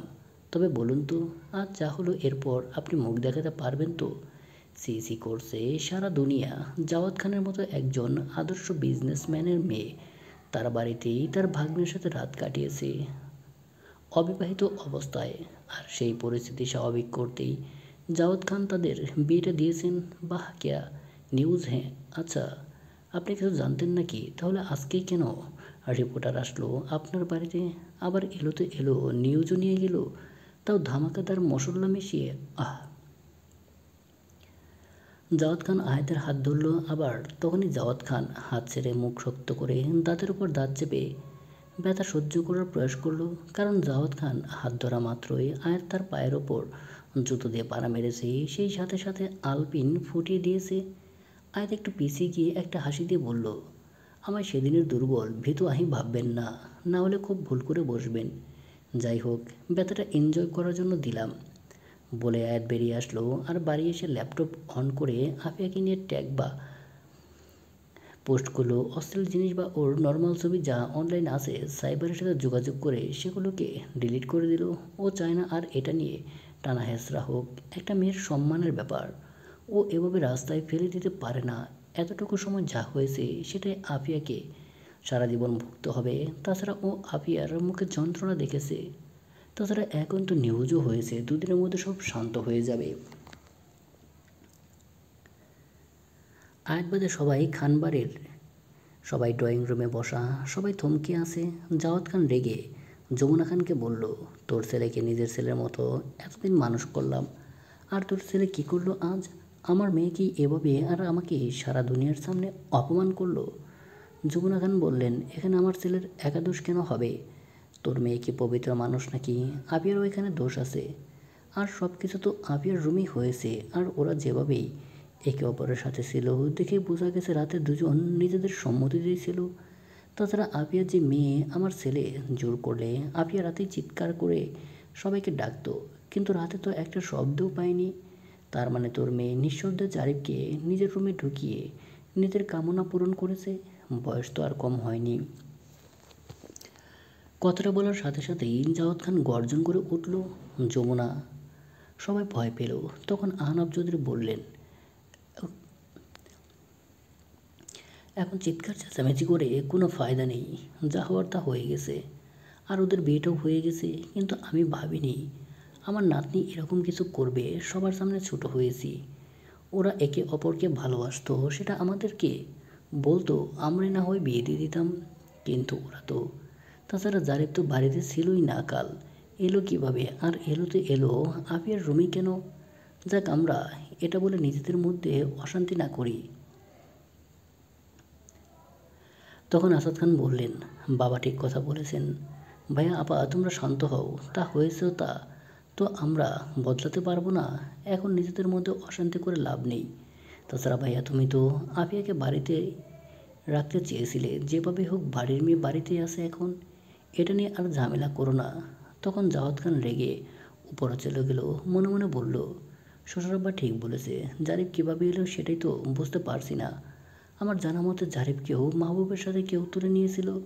মাহবুবের এই অবস্থা, তাহলে জারিফ কেন সুস্থ আর ও সারা পেল কীভাবে? আর পেলো তো পেলো, আমার মেয়ের সাথে এরকম একটা করলো কেন? ওর প্রতি ওর কোনো ইন্টারেস্ট নেই, ও তো নারীতে আসক্ত নয়, নারীর শরীরে আসক্ত। তার মানে কাল আমার মেয়ের রুমে ঢুকেছে নিজের চাহিদা মেটাতে, আর আমার গাধা মেয়েটাও আজ ভেবে ওর সাথেই সব করে ফেলেছে। এইসব কাকতালীয় নাকি কেউ ইচ্ছে করে করেছে? কিন্তু জারিফ যা করেছে এর জন্য ও ক্ষমা নেই। আমার মেয়ের শরীরে হাত দেওয়ার শাস্তি তো ওকে পেতেই হবে। তুই মরবি জারিফ, আর আমার হাতেই মরবি। এদিকে আলিজা চৌধুরী তো সেই কখন থেকে মেয়ের কথা ভেবে কাঁদছেন। আলিয়া চৌধুরী সবাইকে কিছু মুখে দিতে বলল, কার খানবাড়ির সকলেই না খাওয়া বলা যায়, আয়াজ তো খায়নি, কারো গলা দিয়ে খাবার নামবে কি না। তবু আলিয়া চৌধুরী সবাইকে জোর করে খেতে বসালো। চৌধুরী বাড়ির ওরা কেউ রইল না, নিজেদের বাড়িতে চলে এলো। এদিকে আয়াজের কিছু মনে নেই। সকালে ঘুম থেকে উঠেই ও অবাক হয়, ও নিজের রুমে এলো কখন? আগের মতো সব গায়েব হয়ে গেছে মস্তিষ্ক থেকে। আসসালামু আলাইকুম। ওয়ালাইকুম সালাম। মিস্টার আরব, আপনি আসছেন তো? যদি না বলি তাহলে? সমস্যা নেই, আমরা কাল দেখা করে নেব না হয়। দেখুন আমি জানি আজ আফিয়া খানের ব্যাপারটা নিয়ে হয়তো আপনি আপসেট হয়ে আসেন, বন্ধু না হলেন আপনারা, তবে ক্লাসমেট তো খারাপ লাগতেই পারে। রোজা মুচকি হেসে বলল, সত্যি বলতে মিস্টার আরব, আপনি আমার ক্লাসমেট হলেও ওর প্রতি কেন যেন কোনো করুণাও আসছে না। আর যতদূর খবরে দেওয়া হয়েছে এখানে আপসেটের কোনো মানেই হয় না, কারণ আপিয়া নিজ ইচ্ছায় সব করেছে। আরব হাসলো, তারপর বলল, তাহলে কি আপনি আসবেন? তাহলে একটু আগে বললেন যে? আসলে সেদিন আপনি কোনো কথা বলার স্কোপই দেননি, তাই এমনি একটু। যাই হোক, আমি আসব।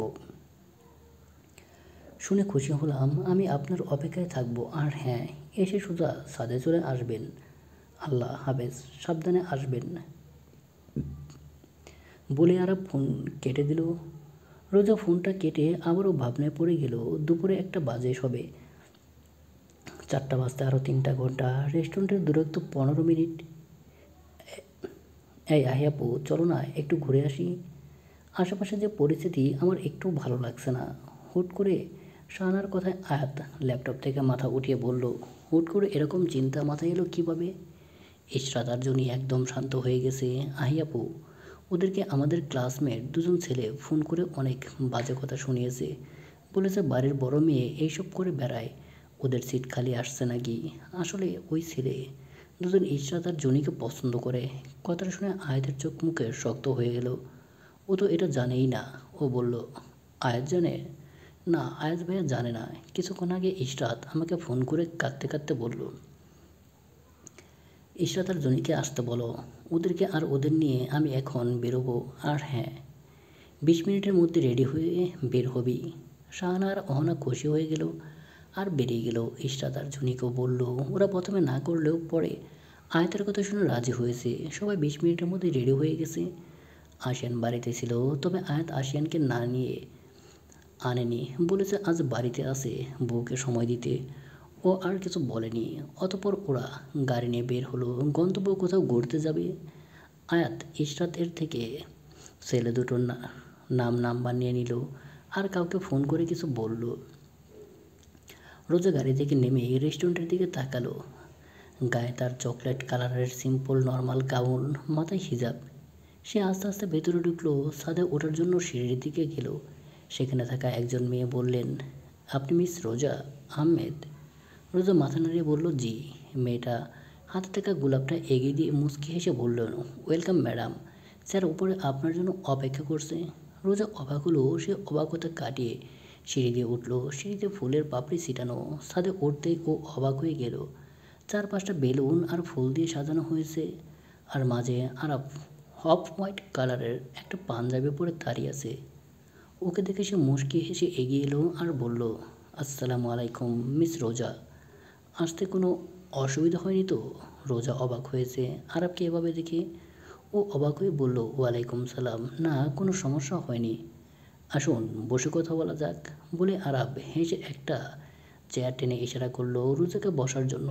রোজা কি বলবে, ওর অনুভূতিগুলো মিশ্র রূপ ধারণ করেছে, সেই সাথে অদ্ভুত সুখও দিচ্ছে ওকে।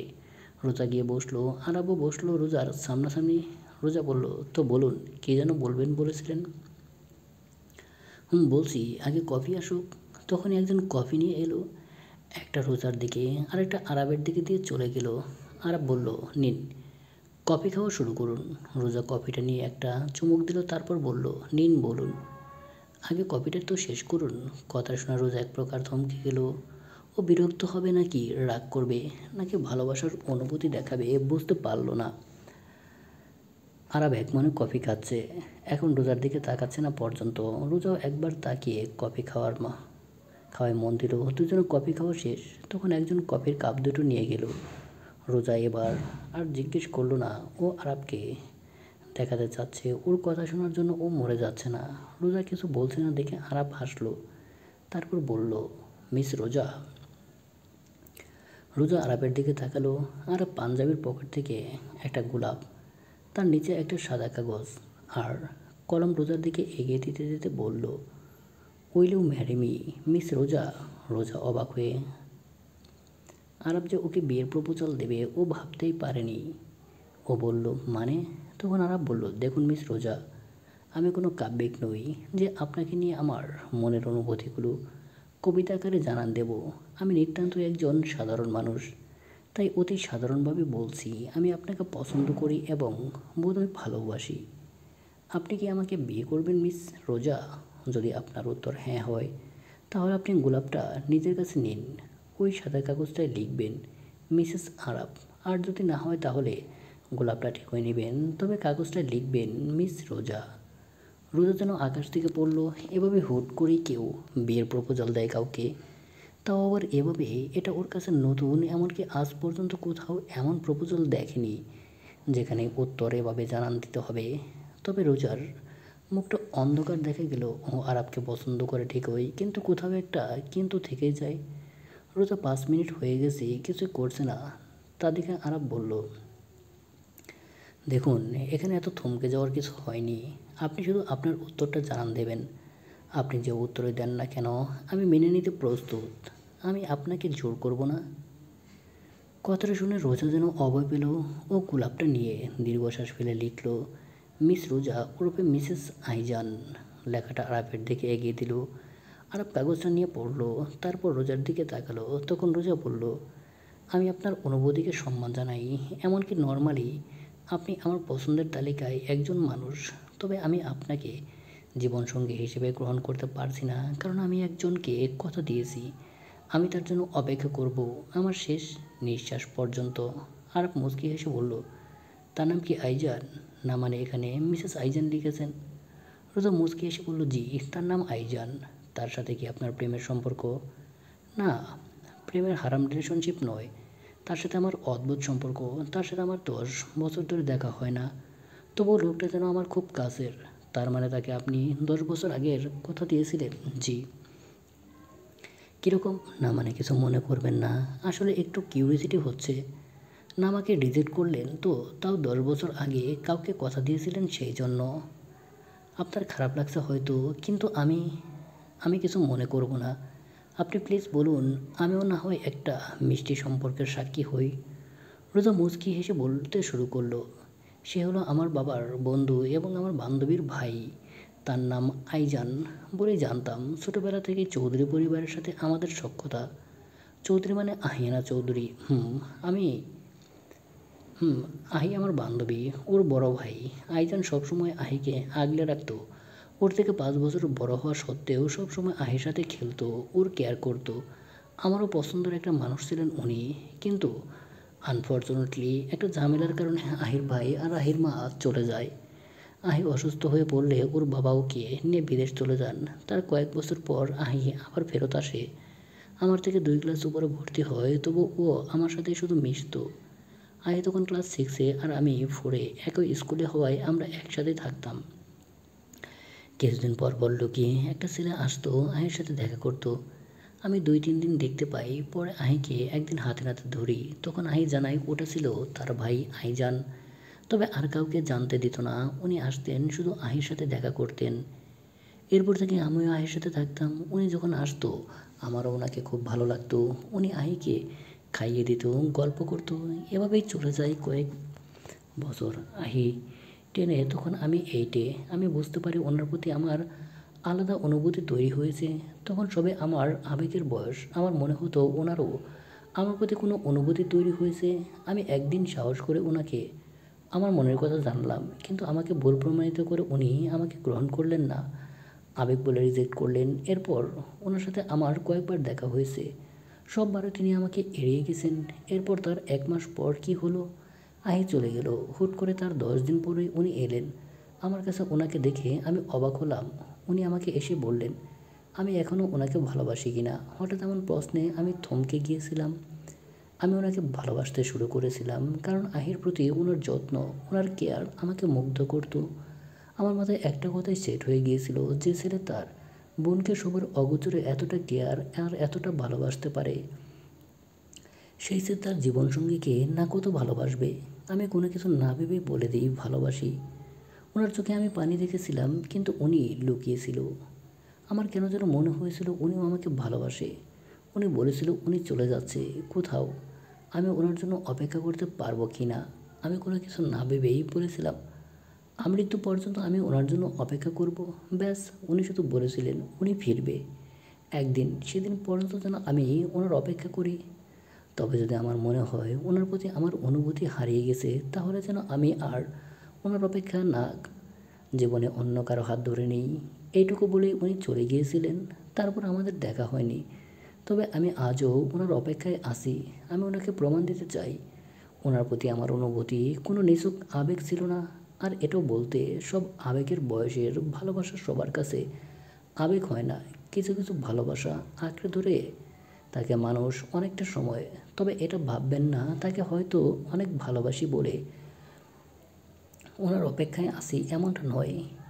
আমি আমার অনুভূতিকে খারাপ দিতে যেতে চাইনি। আমি শুধু ওনার অপেক্ষায় আছি, কারণ আমি ওয়াদা করেছিলাম আমি ওনার জন্য অপেক্ষা করব আমৃত্যু পর্যন্ত। এটুকু বলে রোজা থামল। আরব মুগ্ধ হয়ে এতক্ষণ রোজার কথা শুনছিল। ওর ভেতর অদ্ভুত ভালো লাগার অনুভূতি তৈরি হলো। আরব মুচকি হেসে একটা চকলেট বের করে রোজার সামনে হাঁটু গেড়ে বসে বলল, will you marry me miss Roza ওরফে মিস সাওম? আপনি কি মিসেস আইজান হবেন, মানে আমার মিসেস হবেন? কথা শুনে রোজা যেন অবাকের শীর্ষে পৌঁছে গেল। ও দাঁড়িয়ে গেল, কারণ মিস সাওম শুধু আইজানুকে বলতো ওর নাম রোজা দেখে। আর মিসেস আইজান, তার মানে কি এটাই আইজান? ও ভালো করে আরবের মুখটা দেখলো। এতদিন আসলে উপরে উপরে আরবকে দেখে গেছে, কিন্তু ভালোভাবে খেয়াল করেনি।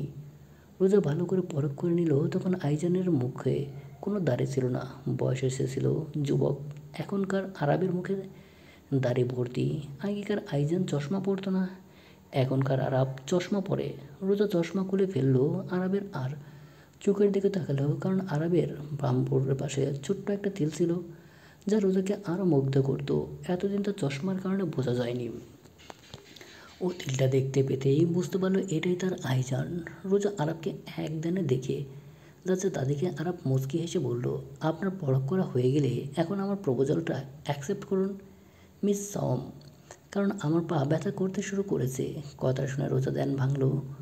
ও আরবের ব্যথার কথা শুনে তাড়াতাড়ি চকলেট নিয়ে বলল, হ্যাঁ হব, আমি মিসেস আইজান। তখন আপনি উঠে পড়ুন। আরব মুচকি হেসে উঠল। আর একটা ফুলের তোড়া এনে রোজার দিকে এগিয়ে বলল, ফর মিসেস আইজান। এবার রোজা লজ্জা পেল। তখন তো হুট করে হ্যাঁ বলে দিয়েছিল, এবার যেন ওকে লজ্জায় ঘিরে ধরল। ও লজ্জা মাখামুখে বলল, এই আরব চৌধুরী যে আইজান চৌধুরী, এটা কেন? আর আহির সাথে তো আপনার দেখা হয়েছে ভার্সিটিতে, তখন তো কাউকে বললেন না, আমাকে বললেন না যে আপনি আইজান। আমার পুরো নাম আরব আইজান চৌধুরী। সে অনেক কথা, আর এখানে তো সব জানানোর জন্যই তোমাকে ডাকা। আমি জানতাম তুমি আরব চৌধুরীকে রিজেক্ট করলেও আইজান চৌধুরীকে পারবে না, কারণ তার কাছে তুমি ওয়াদাবদ্ধ। এটা শুধু এই একজন মানুষই জানে।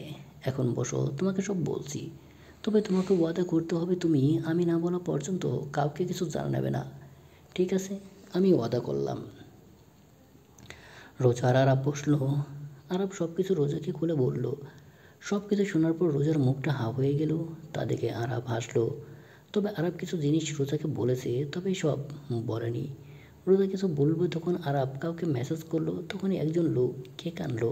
আরব হেসে বলল, তো মিস, কেকটা কাটা যাক আমার খুশির জন্য। রোজা হেসে মাথা নাড়ালো। দুজনে মিলে কেক কাটলো। আরব রোজাকে খাইয়ে দেবে এমন সময় একজন এসে আরবের হাতের কেকটা আরবের হাত থেকে খেয়ে নিল। তা দেখে আরব আর রোজা দুজনেই অবাক হলো। আরব আর রোজা দুজনেই মানুষটার দিকে তাকিয়ে একসাথে বলল, আহিয়ানা চৌধুরী। আয়ের দাঁত কেলিয়ে বলল, কেকটা কিন্তু মাশাল্লাহ অনেক মজা। দেখে আর লোভ সামলাতে পারলাম না আর কি, তাই খেয়ে নিলাম। তোমরা মাইন্ড করো না আবার, বলে আয়াত চাকু দিয়ে কেকটা অনেক বড় একটা পিস করলো। তারপর চেয়ারে বসে খেতে লাগলো। তা দেখে দুই কপতি হ্যাবলার মতো দাঁড়িয়ে রইল। আরাপ আয়াতের মাথায় গাঁটটা মেরে বলল, এভাবে কি কেউ কেক খায়? বদমাইশ মেয়ে, কাবাব মেয়ে এলাচি। আয়াত মুচকি হেসে বলল, আহিয়ানা আয়াত চৌধুরী খায়। বাই দ্য ওয়ে, তোমরা দাঁড়িয়ে আছো কেন? বসো, কেক খাও। কেকটা দারুণ মজা, সেই টেস্ট। আর ভাবি, তুমি কি ননদকে দেখে টাসকি খাইছো নাকি? বসো, কেক খাও। আমার ভাইয়ের হাত থেকে তো খেতে পারলে না, নিজেই হাত দিয়ে খাও। দাঁড়াও, আমি খাইয়ে দিচ্ছি, বলে আয়াত পুরোটা মুখের মধ্যে ঢুকিয়ে দিল। রোজা ভাবি শুনে লজ্জা পেল আর বলল, ভালো হয়ে যা আহি। পুরো কেকটা মুখে দিয়েই বলে ও কথা বলতে পারলো না, ওর মুখটা ভরে গেছে। তা দেখে আরাব বলল, আস্তে খা, তোর কেক কেউ নেবে না। আয়াত কোনো রকমে গিলে বলল, আমি আর খাবো না, এখন তোমাদের কেটে দিচ্ছি, বলে আয়াত 2 পিস কেক কাটলো। 1 পিস আরাবের হাতে, আরেক পিস রোজার হাতে দিল। তারপর টিস্যু নিয়ে নিজের হাত মুছতে লাগলো। তখন আরাব বলল, তুই এখানে কি করিস? তোমাকে প্রেম দেখতে আইছিলাম একটু, সব সময় তোকে মারার উপর রাখা উচিত, বেয়াদব একটা। হি হি হি। এসে ডিস্টার্ব করলাম বুঝি? তা তো করলেই। তা তুই এখানে কীভাবে এলি? পাওয়ার কি শুধু তোমার একার আছে, আমার নেই? আমি যখন চেয়েছি এখানে আসবো মানে আসবো, কারো বাপের ক্ষমতা নেই আমাকে আটকানোর। সেটাই। কখন এসেছিস? যখন ভাবি তোমার প্রপোজাল অ্যাকসেপ্ট করলো। রোজা এবার মেয়েকে রাগ দেখিয়ে বলল, এই আহি, একদম ভাবি ভাবি করবি না। এখনও তোর ভাইয়ের বউ হইনি আমি। হোসনি হতে কতক্ষণ, সেটা পরে দেখা যাবে। এখন বল, তুই আমাকে এতদিন বলিসনি কেন এটাই তোর ভাই? মুড হয়নি তাই বলিনি। যাই হোক, অনেকক্ষণ হয়েছে এসেছি। কেকটা খাওয়ার লোভে এখানে দাঁড়িয়েছিলাম। কেক খাওয়া হয়ে গেছে, এখন আমি আসি। তোমরা প্রেম করো, বাকি কথা বড় হবে। আল্লাহ হাফেজ, বলে আয়াত নামলো তাড়াতাড়ি করে। তখন রোজা বলল, আহি জানতো আজ আপনি এখানে আসবেন? ও কি শুধু কেক খেতে এসেছিল? না, আমার মনে হয় অন্য কারণ আছে এখানে আসার। তবে আমাদের এখানে আসার কারণটা কেক খাওয়ার নয়, দেখতে আসার আমাদের সম্পর্কটা আদতেও করে উঠেছে কি না, মানে তুমি প্রপোজাল অ্যাকসেপ্ট করেছো কি না, তাহলে নিশ্চিত হবে। কেক খাওয়াটা শুধু বাহানা মাত্র। আর হ্যাঁ, এখানে আমাকে জানানোর জন্য এসেছে আর আমার হাত থেকে কেক খেয়েছে। এখন নাও, তুমি শুরু করো। রোজা খাওয়া শুরু করলো, আরাবও শুরু করলো।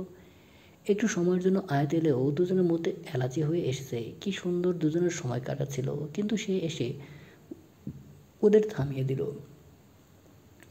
আসলে আয়াত ইশরাতদের নিয়ে বের হলেও একটু ঘোরাঘুরি করে তারপর আয়াত বলে, কিছু খেতে কোনো রেস্টুরেন্টে যাওয়া যাক। তখন অহনা এই রেস্টুরেন্টের কথা বলে। আয়াত জানতো আরব এখানে আসবে, সময়টাও দেখে নিল। ও ভাবলো একটু খবর নেওয়া যাক আর আরবকে জানানো যাক। ওরা আসে সবাই বলে ছাদে যাবে। সিঁড়িতে ওঠার সময় ওদের আটকে দেওয়া হয়, ওটা নাকি বোর্ড। আয়াত বুঝতে পারে এখানেই আরবরা আছে। ও সবাইকে বসিয়ে খাবার অর্ডার করতে বলে। তারপর ওর ইম্পর্টেন্ট ফোন কল আছে বলে উঠে পড়ে। তারপর ছাদের দিকে গেলে ওকে আটকে দিলে ও ম্যানেজারকে ফোন দিয়ে দেয় আর নিজের পরিচয় দেয়। ম্যানেজার নাম শুনে ওকে বাধা দিতে বারণ করে। ও সোজা উপরে যায়। ও দেখতে চেয়েছিল আরব রোজাকে কতটুকু বলে, তাই দাঁড়িয়ে ওদের কথা শুনে চলে আসতে নেয়। কিন্তু তখন একজন কেক নিয়ে ঢুকে। তা দেখে ওর মাথায় দুষ্ট বুদ্ধি খেলে যায়, তাই দৌড় দিয়ে কেকটা খেয়ে নেয়। আয়াত সোজা ওদের টেবিলের দিকে গেল। ওকে দেখে ইশরাত বলল, আহি আপু, এত দেরি হলো কেন তোমার? আয়াত বলল, কেন আমার জন্য বসে আছিস কেন? আমি তো তোদের অর্ডার দিয়ে খাওয়া শুরু করতে বলেছিলাম। এখানে খাবো না। আয়াত ব্রোকোজকে ফেললো। ওরাই তো বলেছিল এটার কথা, তাহলে খাবে না কেন? ও বলল, কেন? ঈষৎ পাশের টেবিলের দিকে তাকালো। তা দেখে আয়াতও তাকালো। আর তাকাতে দেখলো দুটো ছেলে ওদের দিকে তাকিয়ে আছে। আয়াত বলল, তোরা ওই ছেলে দুটোকে চিনিস? তখন অহনা বলল, আহি আপু, ওরাই সেই দুজন। আমার তো মনে হয় ওরা আমাদের ফলো করছিল।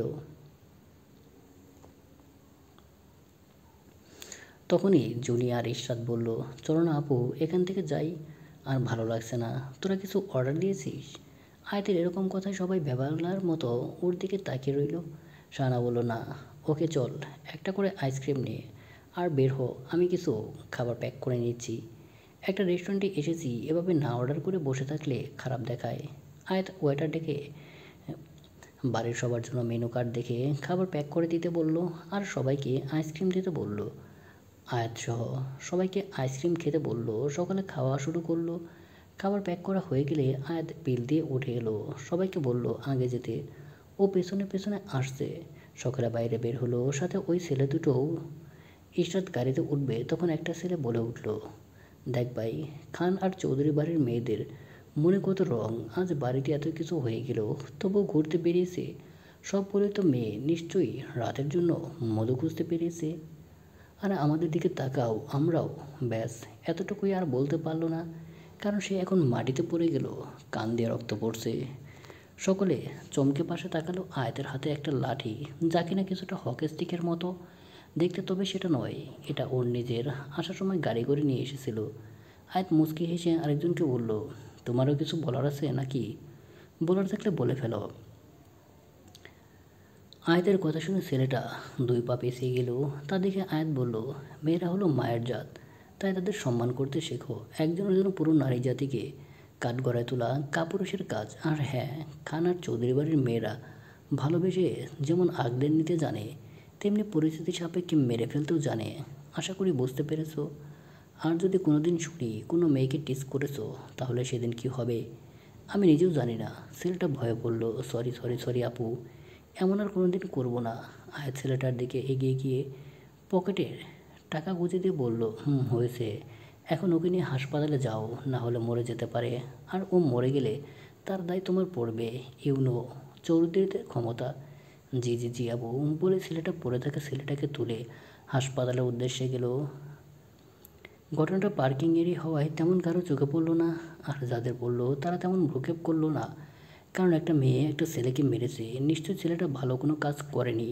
তাছাড়াও এখানকার সময় সবাই শুধু দেখেই যায়, কেউ এগিয়ে আসে না। আর দেখলো ওর বোনেরা সবাই হাঁ করে ওর দিকে তাকিয়ে আছে। তা দেখেও বলল, কি? তখন ইশরাত বলল, তুমি ওকে মারলে? মারলাম। এখন এটা নিয়ে আমি যেন কোনো কথা না শুনি। আর হ্যাঁ, বাড়িতেও কেউ কিছু বলবি না। এখন দাঁড়িয়ে না থেকে চল। বলে আয়াত গাড়িতে উঠলো। বাকিরাও চুপচাপ গাড়িতে বসে পড়লো। বাড়ি থেকে সবাই একসাথে খাবার খেলে রেস্টুরেন্ট থেকে আনা। আয়াজকেও ডাক দিল। মেয়েরা সবাই খেয়ে দিয়ে বাড়ি চলে গেল। কিন্তু আয়াজ গেল আয়াতের সাথে আয়াতের রুমে। আয়াজ রুমে ঢুকে দরজা বন্ধ করে দিল। তাদেরকে আয়াত বলল, দরজা আটকাচ্ছেন কেন? তোর সাথে কথা আছে তাই। আবার তুই তুই আবার আপনিও বলছিস? আপনার সাথে কথা বলাই বেকার। এখন বস, কথা আছে। আয়াত বসলো। সাথে আয়াতও বসলো। আয়াত বলল, কাল রাতের ঘটনা নিয়ে তোর অপিনিয়ন কি? মানে আমার আবার অপিনিয়ন থাকবে কেন? কারণ জারিফ একটা মেয়েবাজ, সেটা তুই জানিস আর আমিও জানি। তো ওকে তো কেউ তুলে নিয়ে গিয়েছিল, তাহলে কাল কিভাবে এলো? আর মাহবুবের যে অবস্থা দেখলাম, জারিফ কেন সুস্থ? তাছাড়া ওকে তো আমি অনেক মেরেছিলাম। এগুলো আমি বলছেন কেন? আমি কি জানি? তুই সব কিছু জানিস। আর কালকের ঘটনার পেছনেও তোর হাত আছে। মানেটা কি? মানে হলো এটাই, আমার গোডাউন থেকে ওদেরকে যে বাজারা সরিয়েছে সে আর কেউ নয়, তুই আর তোর দলের লোক। আয়াত একটু ভরকালো, তবু বলল, আমি কি রাজনীতি করি যে আমার দল থাকবে? আর আজব তো, আপনি আমায় কেন সব কিছুর জন্য দায়ী করছেন? আমি মামুলি একজন মানুষ, আমি কি করে সব করতে পারবো? যে মেয়ে মারপিটে এক্সপার্ট সে মামুলি মেয়ে, তো নিজের জন্য সেলফ ডিফেন্স শেখাটা কি অন্যায় নাকি? আমায় মিথ্যে বলে লাভ নেই আহি। আরে আমি কি মিথ্যা বললাম?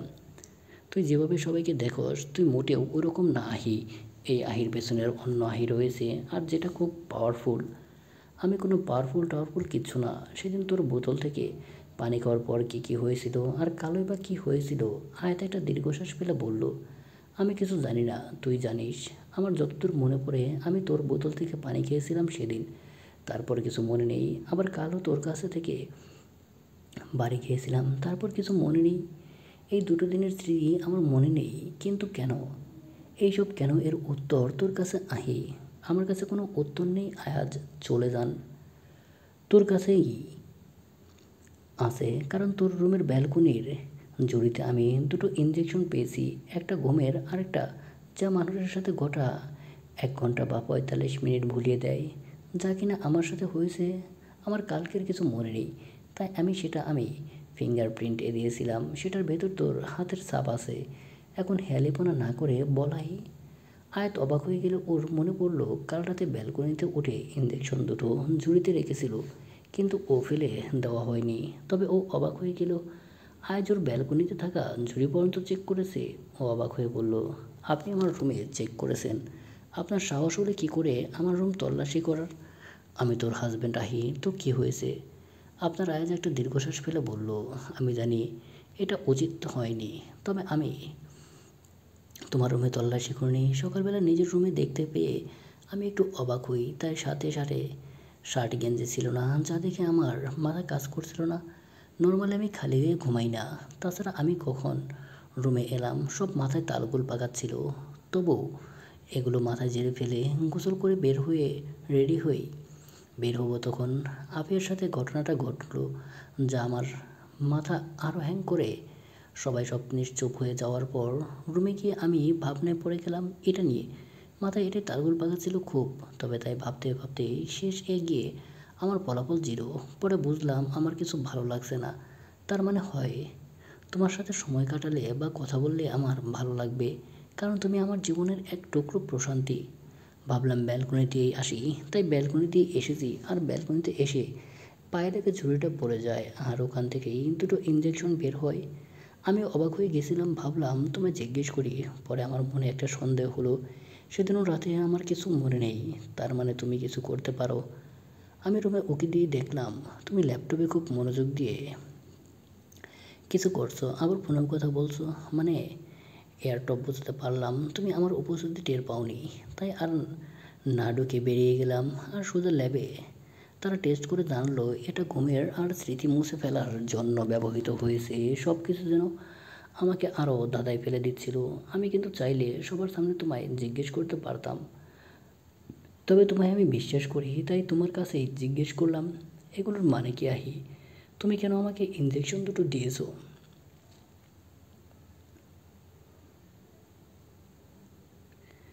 সব শুনে আয়াত অন্যদিকে তাকালো আর বুঝতে পারলো এখন ও আর আয়াতের থেকে কিছু লুকাতে পারবে না। ও একটা দীর্ঘশ্বাস ফেলে বলল, তুমি কি তোমার স্মৃতি বলে যাওয়া নিয়ে আফসোস করছো আয়াজ? হুট করে তুমি আর এমন কথায় আয়াজ থমকে গেল। ও বলল, না মানে আমি ওই স্মৃতিগুলো তোমার স্মৃতির পাতায় থাকলে তুমি আরও আফসোস করতে, কারণ ওই স্মৃতিগুলো তোমার জন্য সুখকর কোনো স্মৃতি নয়। মানে কী এমন আছে সেই সময়? আমি তোমায় বলতে চাই না, তবে এটা ঠিক, প্রথম দিনেরটা আমি নিজের স্বার্থে মুছে ফেলেছিলাম, সেটাই তোমার আফসোসের কোনো কারণ নেই। তবে কাল আমি মুছে ফেলতে চাইনি, বাধ্য হয়ে করেছি, কারণ আমি চাইনি তুমি নিজে আফসোস করো। কাল কী করেছি আমি? কিছু না, কিছু করোনি তুমি। না, না হলে কেন আফসোস করবো কেন? যদি কিছু নাই করে থাকি তাহলে মুছে ফেলছো কেন? এমনি, এটা কোনো উত্তর? এই পৃথিবীতে যা কিছু ঘটে সবার পেছনে কোনো না কোনো কারণ থাকে, তুমি কারণ বলো। আমার ইচ্ছে হয়েছিল তাই। তোমার কথা শুনে তো মনে হচ্ছে আমি তোমার ব্যাপারে এমন কিছু জেনে ফেলেছি যেটা তোমার জন্য সুখকর নয় তাই করেছো।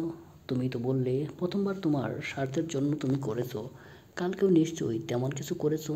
অথচ নিজের দোষ ঢাকতে তুমি আমার দোষ দিচ্ছ। কথাটা শুনে আয়াত তড়িৎ গতিতে আয়েজের দিকে তাকালো। ওর চোখটা চলচল করে উঠল। তখন আয়েজ আবার বলল, আমি শিওর আমার থেকে জারিফকে সরিয়ে নেওয়ার পেছনে তোমার হাত আছে। কাল রাতে জারি ফিরে এরকম কাণ্ড করেছে, এটার পেছনেও তোমার হাত আছে। এমনকি তুমি যেমনটা দেখাও তেমনটা নও, তোমার আড়ালে অন্য কেউ আছে। আয়াত অন্যদিকে করে বলল, তোমার যা ইচ্ছা হয় ভাবো, আমি কিছুই বলবো না। এখন এখান থেকে যাও, তোমাকে আমার সহ্য হচ্ছে না। সত্যি কথা কখনো কারো সহ্য হয় না। আয়াত দরজার দিকে এগিয়ে তা দেখে আয়াজ ওর হাতে করিয়ে ধরল আর বলল, পালাচ্ছ কোথায়? জবাব দিয়ে যাও। আয়াত দাঁতের উপর দাঁত চেপে বলল, আপনাকে জবাব দেওয়ার প্রয়োজন বোধ করছি না, হাত ছাড়ুন। বলে ঘুরে দিল একটা ধাক্কা। আয়াজ তাল সামলাতে না পেরে পিছিয়ে গেল। আয়াত দরজা খুলে বলল, বেরিয়ে যান মিস্টার আয়াজ ইমদাদ খান। আয়াত চিৎকার করে বলল, আহি। আয়াত তার থেকে উচ্চস্বরে চিৎকার করে বলল, আই সেড লিভ। আয়াজ অবাক হয়ে অস্ফুট স্বরে আস্তে করে বলল, আহি। কি বললাম শুনতে পাননি? বেরিয়ে যান। বলে আয়াজের হাত ধরে ওকে ধাক্কা দিয়ে বের করে দিল। তারপর মুখের উপর শব্দ করে দরজা বন্ধ করে দিল। এদিকে আয়াজের আহি শব্দটা কম স্বরে সবার কানে গেলেও আয়াজের চিৎকার সবার কানে পৌঁছে গেছে। সবাই আয়াজের রুমে দিকে আসছিল। আয়াজের রুমের বাইরে দাঁড়িয়ে থাকতে দেখে আদিয়ান চৌধুরী বললেন, কি হয়েছে আয়াজ? আহি এত চিৎকার করলো কেন? আয়াজ বোধহয় একটা ঘোরের মধ্যে ছিল। আদিয়ান চৌধুরীর কথায় ও ঘর থেকে বেরিয়ে বলল, কিছু না মামা, আমি বাড়ি যাচ্ছি। বলে আজ তড়িঘড়ি করে চলে এলো। এদিকে আয়াজের রাগে মাথা ফেটে যাচ্ছে। ও ঘরের জিনিসপত্র ফেলে দিল আর আয়নার সামনে দাঁড়িয়ে দাঁতে দাঁত চেপে বলল, আহিয়ানা আয়াজ চৌধুরী, তোমার আয়াজকে এতটা প্রশ্রয় দেওয়া উচিত হয়নি। ওর থেকে দূরে ছেলে এটাই ভালো ছিল। ওকে কাছে আসতে দিয়েছো বলেই ও তোমার উপর আঙ্গুল তোলার সুযোগ পেয়েছে। এখানে তোমার দোষ। বলে ও আয়নাটার পাশে রাখা টপটা দিয়ে আয়নায় ছুঁড়ে মারল। আয়নাটা ভেঙে খান খান হয়ে গেল। আয়াতের মাথা ব্যথা শুরু হলো। ও নিজের চুল টেনে ব্যথাটাকে সহ্য করার প্রয়াস করলো। এদিকে বাইরে থেকে সবাই আয়াতকে ডেকে যাচ্ছে। ওরা ঘরের জিনিসপত্র ভাঙার আওয়াজ পেয়েছে তাই ডেকেই যাচ্ছে। একে তো প্রচুর রাগ, তার মাথা ব্যথা করছে, তার উপর বাইরের ডাকাডাকি ও আর নিতে পারলো না। চিৎকার করে বলল, আমি ভেতরে মরে যাচ্ছি না, এখান থেকে চলে যাও সবাই, আমাকে একা থাকতে দাও, চলে যাও সবাই। যদি আর একটা আওয়াজ হয় তাহলে আমি বাড়ি ছেড়ে চলে যাব। কথাটা শুনে সবাই থেমে গেল। সবাই চিন্তিত হলো ঠিকই, কিন্তু কিছু বলতে পারল না। আহনাব চৌধুরীও চেয়ে কিছু করতে পারল না। উনি বুঝেছেন ওনার নাতনি রেগে গেছে। এই রাগ কন্ট্রোল করা সবার পক্ষে সম্ভব নয়। আর যার সম্ভব সে এখানে নেই ভেবে একটা দীর্ঘশ্বাস ফেললেন, সবাইকে নিয়ে চলে গেলেন। এদিকে আয়াজ দৌড়ে বাড়ি এসে নিজের ব্যালকনি দাঁড়িয়েছে। ব্যালকনির দরজা খোলা ছিল বলে সব কিছু তার কানে গেছে। আয়াজের হুট করে নজরে গেল ব্যালকনির দরজা খোলা। ও দরজার সামনে দাঁড়াতেই দেখলো আয়াজ দাঁড়িয়ে আছে। তা দেখে ও শব্দ করে দরজা আটকে দিল। তা দেখে আয়াজের চোখ থেকে এক ফোঁটা পানি গড়িয়ে পড়ল। অস্ফুট স্বরে বলল, আমি ভুল বুঝলি তো আহি, তুই সব আমাকে বিশ্বাস করে বলতে পারতি, কিন্তু তুই বললি না। কি কারণ আমি তোর মুখ থেকে শুনতে চাই। আমি জানি তুই অন্যায় করিস না, কিন্তু সব কিছু দেখে শুনে আমি কিভাবে কি করতাম। তুই ঔষধগুলো দিয়েছিস কেন? এটার জন্যই তো তোকে ওই কথাটা বললাম। কিন্তু আমি তোকে আঘাত করতে চাইনি। আমি ভেবেছিলাম ওই কথাটা বললে তুই নিজেকে আমার কাছে পরিষ্কার করবি, সব জানাবি। কেন কি করিস তুই? আমার কেন যেন মনে হয় তুই জারিফদের সরিয়েছিস। তোর চোখে আমি কোনো সময় ভয় দেখিনি। আজ এত কিছু হলো তোর চোখে আমি অবাকতা দেখিনি। আর কেউ খেয়াল না করলেও আমি করেছি। তুই খুশি মনে আয়েশ করে খাচ্ছিলি। তোর চোখে অদ্ভুত এক আনন্দ দেখেছি। তুই মারপিট পারিস, এত জোরে বাইক চালাতে পারিস, যাই হোক না কেন ঠান্ডা মাথায় থাকতে পারিস। মামা হাসপাতালে ছিল, তোকে কাঁদতে দেখিনি। সেদিনও রাতে তোকে তুলে নিতে চাইছিলাম, আমি তোর চোখে ভয় দেখিনি। মারামারিটা তুই এনজয় করেছিস, কাল ইঞ্জেকশন দিয়েছিস, কিন্তু এগুলো তোর কাছে অল্প সময়ের মধ্যে কীভাবে এলো কথা বলতে বলতেই। তুই স্কুটি চালিয়ে এত তাড়াতাড়ি কি করে আমার অফিসে পৌঁছে গেলি? তোর সব কিছু যদি আমি একসাথে মিলাই তাহলে আসে তুই ভোলাবালা আহি নস। তোর পেছনে অন্য কোনো পাওয়ারফুল আহি আছে। আমি জানি না কতটা সত্যি কতটা মিথ্যা, কিন্তু তোর যদি কোনো লক্ষ্য থাকে তাহলে তুই আমাকে জানাতে পারিস, দুজন মিলে না হয় একসাথে লক্ষ্য পূরণ করতাম। তোকে আমি অবিশ্বাস করি না, আমি বিশ্বাস করি। তাই তো তোর কাছে জিজ্ঞেস করলাম যাতে তোর পথটা সহজ করতে পারি। কিন্তু তুই আমাকে ভুল বুঝলি। অবশ্য আমার আগেই বোঝা উচিত ছিল, তোর আঙ্গুল তোলা উচিত হয়নি। তুই আমার স্মৃতি ভুলিয়ে দিয়েছিস, নিশ্চয়ই কোনো সেরকম কারণ ছিল। তোর কাছাকাছি থাকতে গিয়ে আমি তোর দূর হয়ে গেলাম আহি, যেটা আমি চাইনি। ভালোবাসি আহি, তাই তো হারানোর ভয় পাই। তোকে তোকে যাতে আগলে রাখতে পারি সেই জন্যই তো সবটা জানতে চাইছিলাম আহি। কিন্তু তুই আমায় বিশ্বাস করে কিছু বললি না, তাতে কি আমিও থেমে থাকবো না? আমিও খোঁজ লাগাবো। কে তুই? তোর এই আহিয়ানা চৌধুরীর পেছনে কোন আহিয়ানা লুকিয়ে আছে? তোর জীবনের লক্ষ্য কী? আর হ্যাঁ, এটাও জানতে হবে তোকে জেকে কেন তুলতে চায়। জেকে এর সাথে তোর কিসের শত্রুতা? তুই না বললি, তবে তোকে আমি ছাড়ছি না। আজ থেকে মিশনে নেমে পড়ব এই জেকে আর তোর রহস্য উদ্ঘাটন। বলে আজ চোখের পানি মুছে নিজের রুমে গেল। ও জানে না ও নিজের অজান্তে আয়াতের কোন জায়গায় আঘাত করেছে, কাল কোন পরিস্থিতি কী কেন করেছে, এটা শুধুমাত্র আয়াত জানে। একটা মেয়ের কাছে এটা কতটা ভয়ঙ্কর যন্ত্রণার, সেটা যদি আজ জানতো তাহলে হয়তো বলার সাহস পেত না। চলবে। প্রিয় দর্শক, গল্পটা কেমন লাগলো তা অবশ্যই কমেন্ট করে জানাবেন। গল্পটি ভালো লাগলে চ্যানেলটি সাবস্ক্রাইব করে সাথেই থাকবেন। ধন্যবাদ সকলকে। ভালো থাকবেন, সুস্থ থাকবেন। আল্লাহ হাফেজ।